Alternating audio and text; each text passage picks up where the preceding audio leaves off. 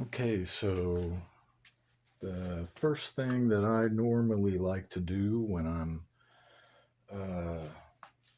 going to change strings is just gather the things I need.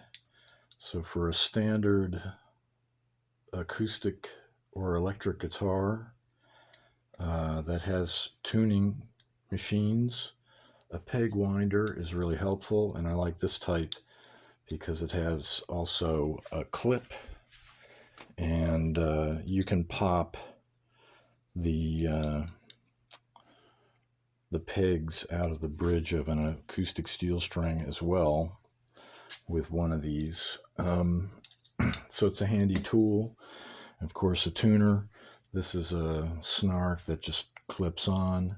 You can use a phone app, whatever you prefer when you tune your guitar normally. Just do it that way. Ordinarily, I would recommend taking the strings off one at a time and replacing them one at a time. That stresses the neck out less, and I would recommend changing the strings with the same gauge strings that you had on before, because if the guitar is well set up with a particular set of strings, then you want to keep the gauge the same. Otherwise, the tension changes and it throws the guitar out of adjustment, and then you may have to do a truss rod adjustment and some other things. But this Strat I'm selling to a student, so I'm actually going to take off all of the strings so that I can dress the frets a little bit.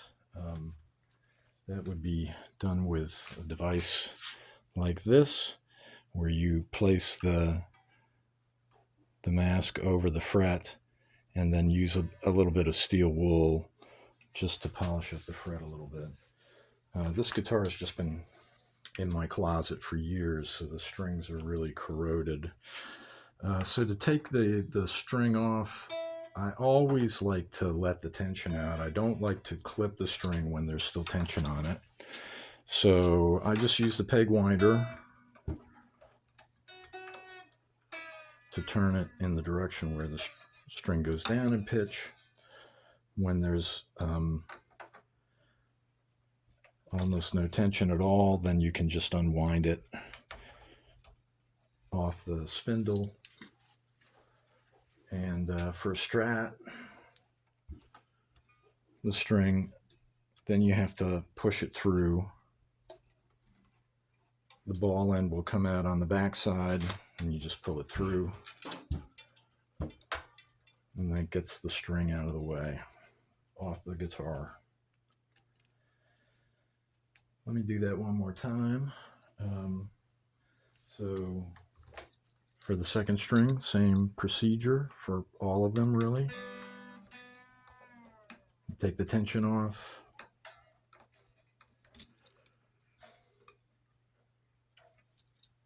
And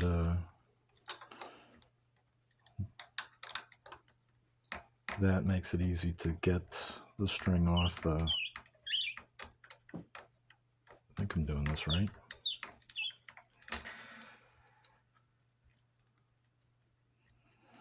Yeah, okay, so sometimes you might encounter a situation where the string kind of binds. For that, a good pair of needle nose pliers. Let's see if I can knock a set around here somewhere.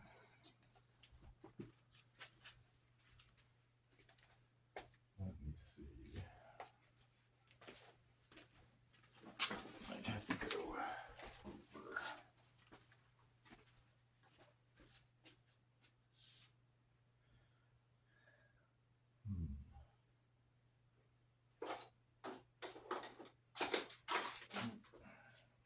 Upstairs, I guess. Let me pause this recording. So usually when I take strings off that I've put on, I don't have a problem with getting them off the spindle, because I don't like doing, loops or knots at the spindle. So this way that I tend to like to put strings on for electric guitars avoids what I just had to deal with there. But anyway, the needle nose pliers do a good job of helping you pull it apart. You just pull it through, and that's that. Okay, I'm gonna pause. So I'll just show you what I'm doing here. So you just get the fret mask. It's got to be the right size. These are really thin frets. And I'm using really fine steel wool just to clean it up a little bit, get some of the tarnish off. So like, only takes a couple of passes, and wow, they look a lot better than they did.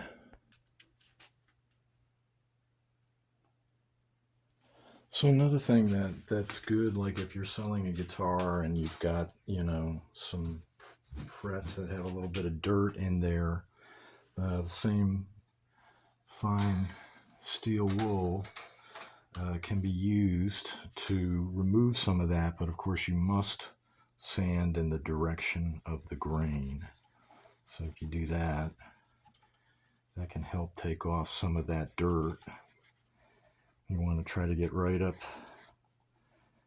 to the edge of the fret, but don't never sand this way. Always go this way because the grain goes along the length of the neck. By the way, I should add that when you're cleaning up the neck this way, you should only do this on unfinished or like tung oil finishes. You don't want to really use steel wool, even if it's really fine, on a polyurethane or a lacquer finish. For that stuff, you just get in there with some warm water and a cloth and scrub away at it. I don't even like to use soap on that kind of stuff. Okay, so now I actually did not take these lower strings off because they're elixir, they're coated strings, and they last so much longer than the unwound first three strings, which lose their coating and start to corrode. But these still are pretty bright and snappy, so they have life left in them, so I'm going to leave those on. But I've got the third string set up and ready, and of course I've got my tuner. I'm not going to turn it on yet because I don't need it yet. First thing we have to do is to get the string put on. So steel strings for electric guitars always have a ball end on them. And for a guitar like a Stratocaster or a Les Paul or a Telecaster, any one of those traditional electric guitars, that's the type of string you want. So on a Strat, we have a bridge with a trim system. There are springs behind that box. When we need to pull the string through, and then there's this slot that the ball end will grab in. So I'm going to go ahead and put it through the body and pull it till the ball end is now locked in. I don't know if you can see that, but right there, that hole has now got the ball end of the string in it. And we want to make sure that the string is in the notch when it comes over the bridge piece and we take it up towards the headstock and get ready to put it on the tuning key or tuning machine. So you can see I've got the string pulled tight With a Stratocaster, we always want to wind the string around counterclockwise. So we do not want to come over the top. That's going to pull it out of alignment. So we come from below the machine head, and what I like to do is wind the string around a couple of times. It's going to be more with these thinner strings, like the first string is probably the most. We want to do it less with the thickest string, like the 6th string. So I'm going to take that off for a second. And I want to make sure that it doesn't unwind, so I'm going to keep placing, when I transfer it from one hand to another, I put a thumb or a finger on the side of the machine head to keep it from unwinding. So this is the second time around. I go maybe a third time. Sorry about bumping the camera there. And then what we want to do, there's a hole in the tuning key, and we want to pull it through without letting it unwind. And what I do is I pull it tight. I hold it tight here. I don't let the tension off here until I've tightened it up here. So once there's some tension on this side, I don't need to hold on anymore. And I don't need to do any kind of knots or anything like that, which will make it more difficult to get the string off when I want to take it back off.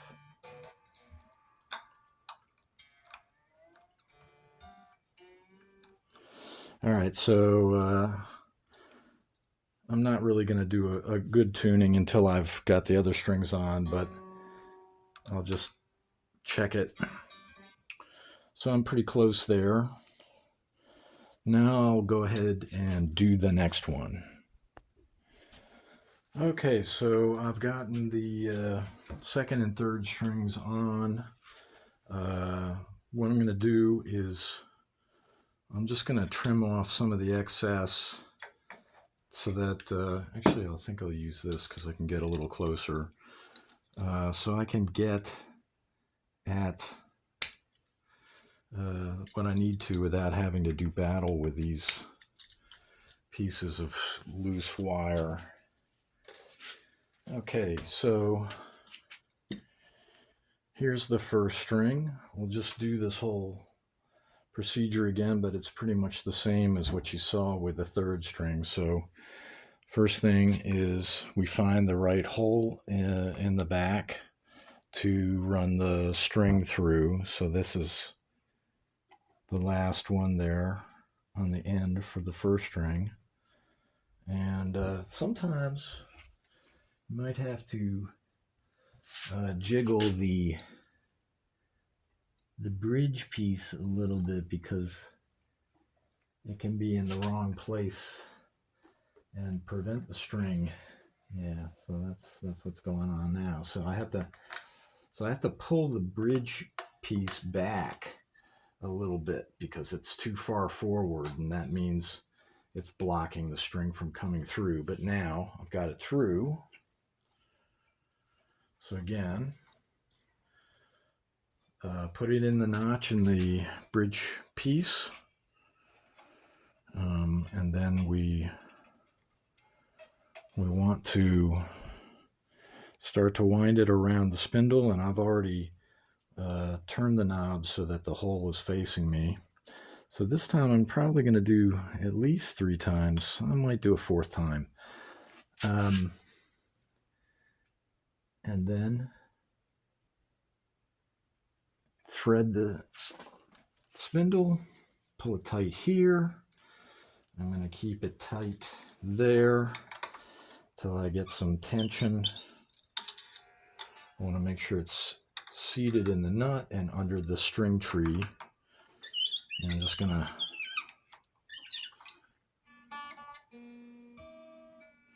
okay, so that's good. So that's not going to let go now. I'll clip off the excess. There is one thing remaining, and that is When you put a fresh set of strings on, there's going to be slack in the coils and it's going to fall, it's going to go flat slowly. So before I do my final tune-up, I need to get the second string under the tree there. Before I do my final tune-up, what I'm going to do, I'm going to get the string up to pitch, and then I'm going to intentionally try to pull it flat. I want to keep this, I don't want to pull it like, you know, like it was a bow and arrow or something. I want to put extra tension on the string, so I keep my hand on the neck and I just gently tug on it. And that really pulls the slack out. If you skip this step, you're going to be tuning up every 5 minutes for the next 2 days. But if you do this, you maybe tune once every couple of hours until they really set up. All right, so that's good for the third string. I'm going to do the same thing for the second string. Gently. Oh! Gently means gently. So you can see I broke that. I have to put another string on. Yeah, let me do the last string. Be right back. Okay, so I'm just gently pulling out the slack of the last string there. Then that's the time I like to get the tuner out and just make sure I'm actually really up to pitch.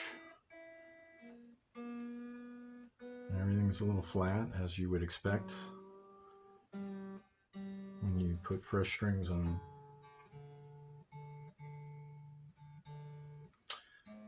You may have to go through this final tune a couple of times, because especially if you've got a guitar with a tremolo system, a whammy bar, every time you add tension to one string, it can affect the others.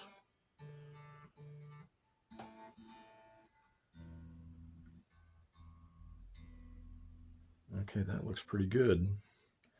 So that's the procedure. That's the way that I like to tune or change strings on a standard electric guitar like a Strat. Now we'll go ahead and get a guitar that has a different kind of tremolo system, a Floyd Rose system. So that'll be next. Okay, so this is a Ibanez S Series guitar that has a Floyd Rose tremolo right there, and these are fiddly. You usually get, a half dozen Allen wrench keys to take care of the various functions on the bridge, but there's also a locking nut. So the strings have to be locked down if you want the guitar to stay in tune and still be able to dive bomb with the tremolo. The way that I was originally taught to put these on was to cut off the ball end. But a friend of mine just does this, and it seemed a pretty easy way to go about putting these strings on. Of course, you wind up with I don't know, you have to wind for nearly an eternity unless you cut the other end. I usually do that. So I'm just going to take off the top 3 strings and leave on the basses because they're elixirs. So the first thing you need to do is you have to unlock this locking nut. So get the Allen wrenches out and find the one that fits the nut. So I'm going to go ahead and unlock these 2. I'll just start with that one. You don't need to take the bolts off or anything like that. It just needs to be loosened. And then the next step, unwind the string. So just gonna do that. And then once there's like no tension on the string, then what we want to do, there's a little, there's a thing that clamps down on the end of the string. It's tightened and held in place with another Allen nut. So the wrench for that one, let's see if this one, that's too small. It's this one. No. Is it this one? Yeah. Okay. So then what you're going to do, you get the Allen wrench into this and you loosen it, and then you can take the string out. And you can see there's a little bend in the string. When I put the new one on, I'm going to put that bend in because it's actually, maybe you don't really need that to put the bend in. You just need to get the string down and well seated in it so that it's like all the way down. So I'm going to go ahead and just pause the camera while I unwind the string at the top of the neck. Okay, so now the string is off and I've got the new string, and what I'm going to do first is I'm going to basically do the reverse of what I did with the other last guitar, the Strat. I'm going to lock the ball end up at the nut, and I'm going to wind it around a few times, but maybe not as many times as before. So I just get a few windings in there. So that's about 3. Sorry about that. That's about 3 windings. And now we need to take the string and thread it underneath the locking nut in the bridge. So we just pull it through, make sure it's in the slot. All right, now it's time to get the string into the bridge, and you can see, I think you can see, there's a lot more string here than I need. So I'm going to take a little bit off. You don't want to cut it right at the bridge, because then it's going to be, then you'll have to let string out from your windings. I cut it, a generous amount behind the bridge, maybe an inch, 2 inches, 2.5 inches, something like that, 3 inches maybe even. But I don't want to have to wind this whole extra bit of string here, so cut it. All right, now I want to get the string put into that slot. So there's this metal piece that comes down and pinches the string and holds it in place. And I get the Allen wrench and just tighten that thing down so that once it's tight, the string can't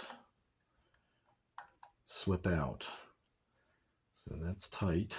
Now the string is locked in. And then it's just the same routine as before. I'm going to get my peg winder, and I'm just going to wind it up. Pull all the slack out.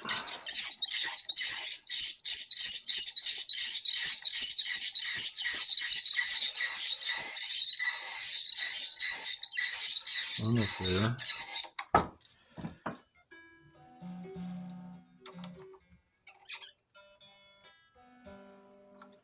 All right, that's pretty close up to pitch, at least, and relatively in tune with the other old strings. So,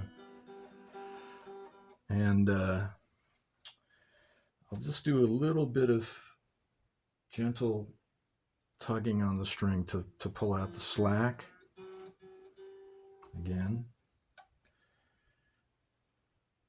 And then the last step will be to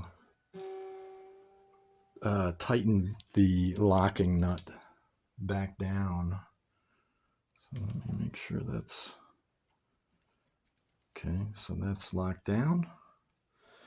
Okay, so I'll do the remaining two off camera, but that's basically how you take care of a Floyd Rose with a locking nut system. Never ever misplace your Allen wrenches for these. They are just so important. All right. Okay, so this is really my one and only steel string acoustic. This is a Carvin thin line steel string acoustic with a beautiful cedar top and abalone inlays, stainless steel frets. It's a really nice guitar. It also has locking tuners by Spurzl. And I didn't have bronze plated acoustic steel strings. I seem to have not bought a new set, but I do have some extra heavy gauge electric strings which match the gauges of the acoustic set. These I would ordinarily put on my Gibson 175 arch top, but I'm just going to do this guitar so you can see the process of pulling the pegs. I'll just do the 6 string and then do the rest of the strings off camera.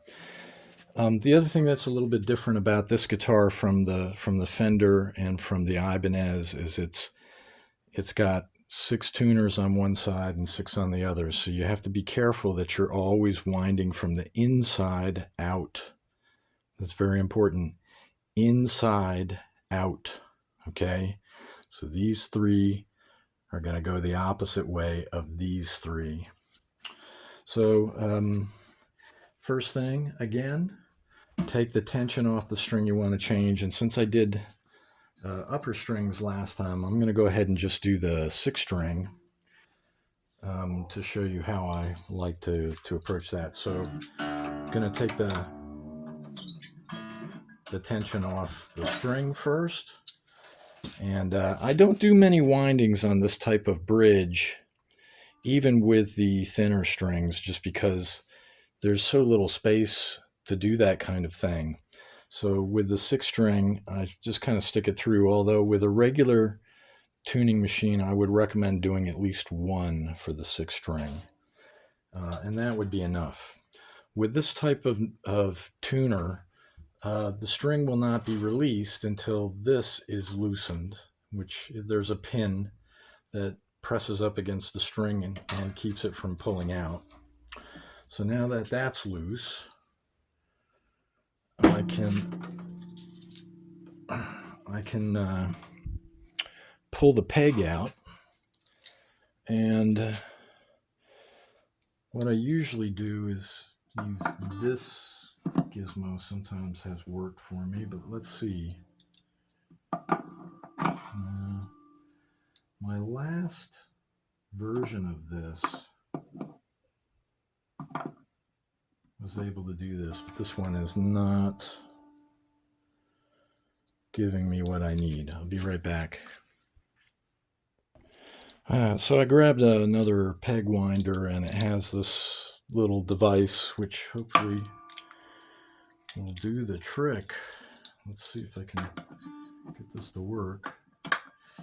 Okay, so I mean, I wouldn't recommend pliers because these are just, you would scratch them up.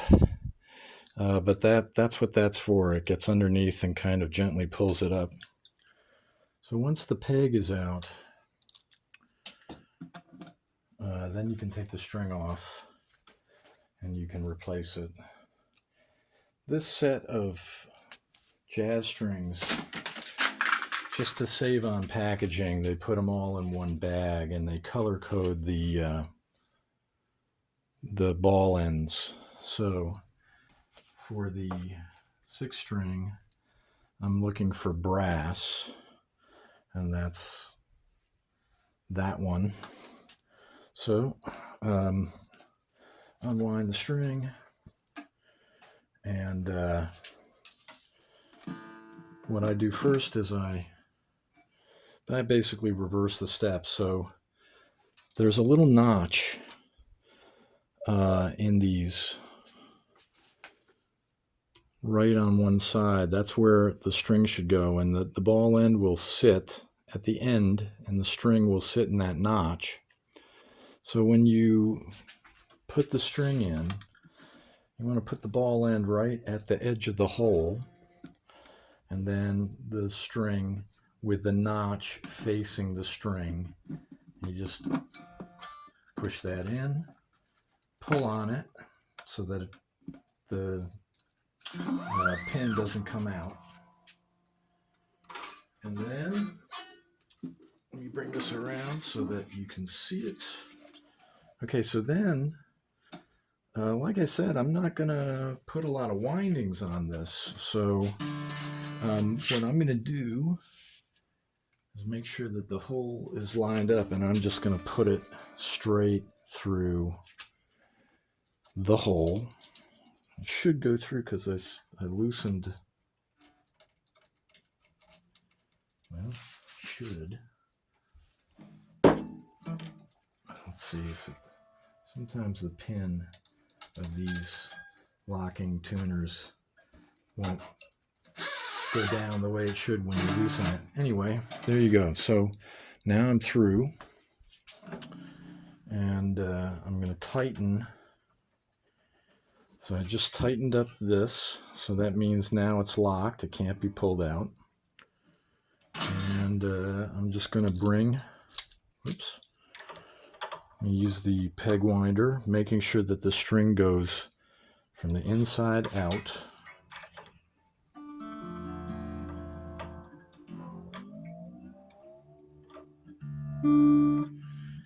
So that this is definitely flat of pitch, but that's basically it for that. Now, if it didn't have the lock, again, I would put maybe one full winding, put it through the peg, hold it tight, here, and then tighten it up here till it was tight here, and then you could let go of that. And so it's basically the same procedure.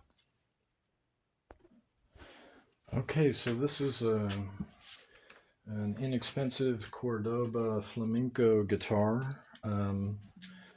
This is the procedure I use for classical and flamenco guitars because it's really the same for both of them. These types of guitars don't use ball ends, so you have to do a knot at the bridge. Some people like to twist these. Again, for the ease of getting the string off, I don't do that. I don't find it necessary. I broke the 4th string on this, so I'm gonna go ahead and replace that and all the others. But I'll show you how to do both the wound strings and the unwound strings because it's slightly different. This type of guitar, stringing a nylon string, is more of a challenge because, especially with the first 3 strings, because they tend to slip more easily because they have such a smooth surface. This stuff is really like the same kind of material that you would see in fishing line. So it's harder to string these. And I tend to leave the first 3 strings on longer than the basses because the basses tend to go dead much faster than the first 3. All right, so the 4th string is already off, but I'll go ahead and take off the 5th string just so you can see what that looks like. I'm going to use the same kind of peg winder to speed the process up, and I just want to wind it in the direction that allows the tension to come off the string.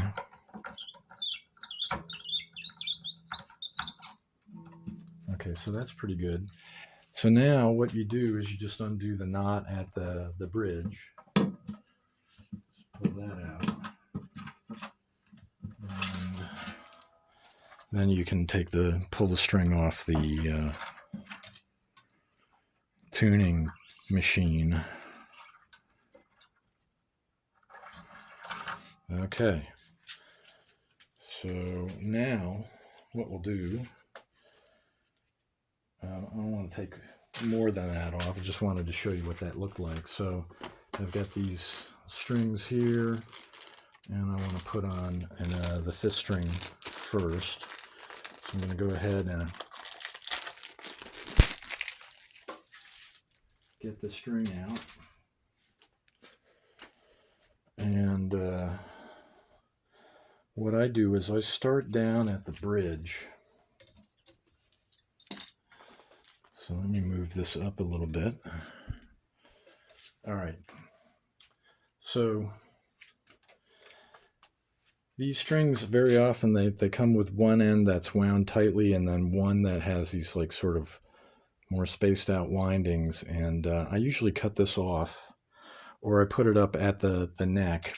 The part that's going to go into the bridge, I like the tightly wound part so that it won't start to come off the nylon core. So there's a hole in the wooden bridge. So there's 6 holes, and the string has to go through and then up and around and back. And so you can see the knot that's already there on the 6th string. The string goes through the hole, it comes up this side, under, and then back, and is held down by this part. So when it's under tension, this can't come loose because it's pinned down. So that's the kind of knot that I like to do on a nylon string. Okay, so this end, through the hole in the bridge. Okay, so I get it to that like that, about that much coming through. Okay, then take it back around. We're gonna loop under, so the string coming out of the hole is over the loop. Okay, so we've come underneath that, and then take the end, and we want to try to thread it underneath so that it's back behind. I don't know if you can see that, but it's under this part, and it's going to be pinned to the back of that piece of wood that the bridge is. So it's hard to do it and show you, but I'm going to go ahead and pull it tight like that. Tighten it up. So now, whoops. Sorry, I keep banging the camera there, but this is what we wind up with. See, pretty much like what you see here. All right, and we just want to tighten it enough so that it doesn't pull apart. All right, so now we get to the headstock portion. So I do like to cut off some of the slack, because otherwise you're going to be winding till next week. So I don't know, I take it a couple of inches beyond where it has to go through. So maybe, right, I'll cut it right about there, maybe 2.5, 3 inches again past where it has to go through. And then I thread through and apply pressure so that it won't come out. So I just put the string through the hole in the spindle there, and now I'm going to press down on it. I'm going to wind it up maybe use the peg winder for this, till the string that I put through. So now you can see it's come all the way around to the other side. What I want to do now is I want to pin that down like that, so that it's under the windings of the string. That will keep it from coming apart. So I'm going to do that, but then I'm going to have it move towards the side a little bit. So I'm starting over on this side, and I'll have the coils go this way. And I'm just going to use the peg winder till I get the slack.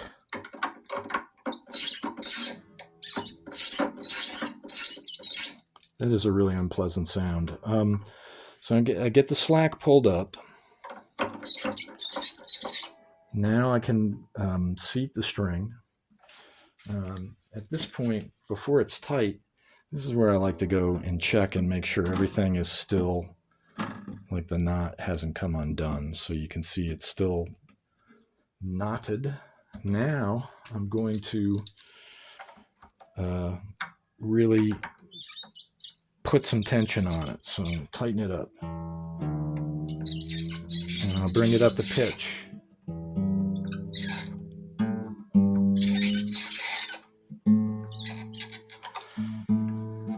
Now, just like with all the other guitars, when you first put a string on, it's going to want to pull the slack out, and it's going to go flat. That's true, especially for this type of guitar. And in fact, the nylon itself will stretch. So same step. Gently pull on the string.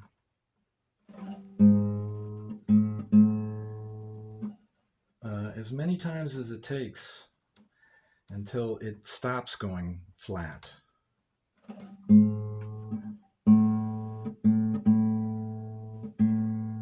And that's about all there is to it. I'm going to go ahead and put on the 4th string, and then I'll show the process for the top 3 strings after that. Okay, so now I've got the 4th and 5th strings back on, and I'm going to go ahead and I guess I'll take off the 1st string now. And the procedure for that's really just the same. So we want to loosen it with my squeaky peg winder.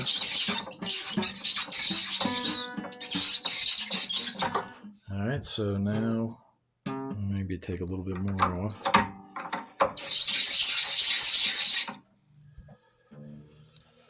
Okay.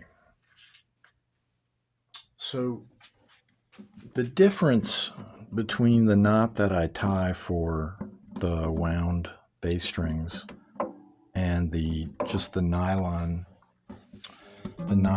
treble strings is that there's an extra knot. There's just a square knot at the very end of the string to keep it from slipping apart. So if you do it that way, you don't need to do the twisted knot thing that I see all the time. And I just find that's really tedious. So once I get this off, I'll just show you how I do that. It's really easy and it's quick. So I think I'll just go ahead and cut this thing so we can speed the process up a little bit. All right, so you can see from the part that I cut off, maybe you can, I don't know, but right at the very end, right here, there's a knot that I tied at the end of the string so that it would lock in place. So actually, I think I'm going to go move the camera over to that side. Okay, so that should be a better view. Let me just take the rest of the string off. All right.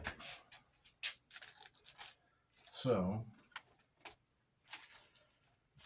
I have the 1st string that I'm going to replace it with. I'm going to get it out of the package here. Alright, so what I usually do is I'm going to, either end is pretty much the same with this nylon line. But what I'm going to do is I'm going to, before I do the knot, I'm going to put it through the bridge. So I run it through the bridge. Alright, now I've got it through the bridge. Now I'm going to make the knot, and I want to just make it as close to the very end as I can. So, just that. There it is right there. So that little knot pulled tight. I'll clip off a little bit of this because I don't want quite so much of that protruding string beyond the knot. So I've got that much string. Whoops. I've got about that much string after the knot. So there's the knot.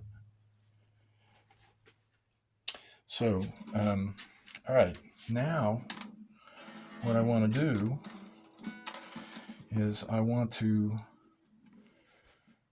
do the same loop thing that I did on these basses, but because we have this knot, the smooth surface so it will not allow it to slip and untie. So the knot, bring under the string, so it's like that.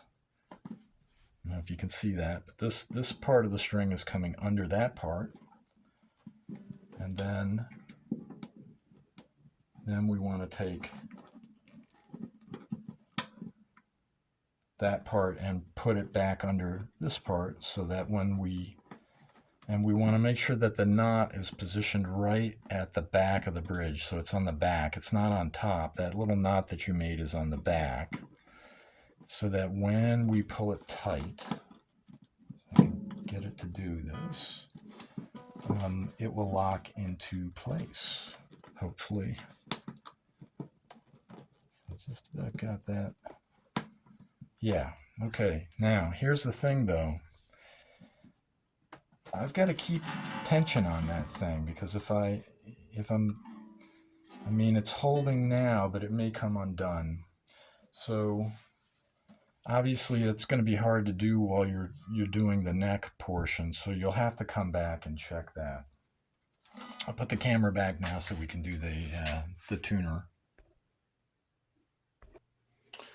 Okay, so now, like before, there's a lot of extra string that I probably won't need, but I'm going to want some extra because, again, these strings slip so easily and come unwound. So I'm going to do maybe 5 inches of extra string past the spindle before I cut it off. So I've got like a good amount. And then it's just the same procedure. We put through the string through the hole of the spindle, and we tighten it till we get it wound halfway around so that the protruding string is on the side your finger is. And then we want to do the same thing. We want to try to pin it. So that's what I'm trying to do. I'm trying to keep pressure on it.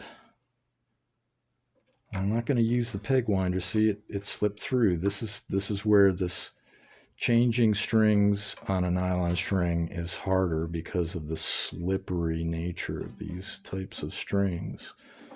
So let's see if I can get this part to behave. All right, so I really do have to press hard, to keep it from slipping out or unwinding. But I'm going to take a chance and see if I can't start using the peg winder. Speed this process up a little bit. Oh boy. Let's keep the pressure on. All right, that's working. Just keep winding. Pulling that slack out. Yeah, it's still pinned down. Okay. little bit more. Keep winding. All right, now it's sat down into the nut, so I don't have to hang on so tightly. Now I'm going to bring the tension up, and these strings really stretch and slip a lot, so you really got to do a lot of the kind of stretching and stuff, and even so, they're going to come loose, and they're going to go flat for a couple of days. But you can really speed that whole process up if you tighten them, if you pull on them. Okay, so pull. I've pulled most of the slack already out, but that's pretty close.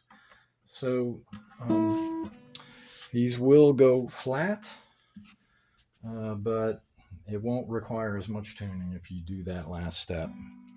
Okay, so that's basically it.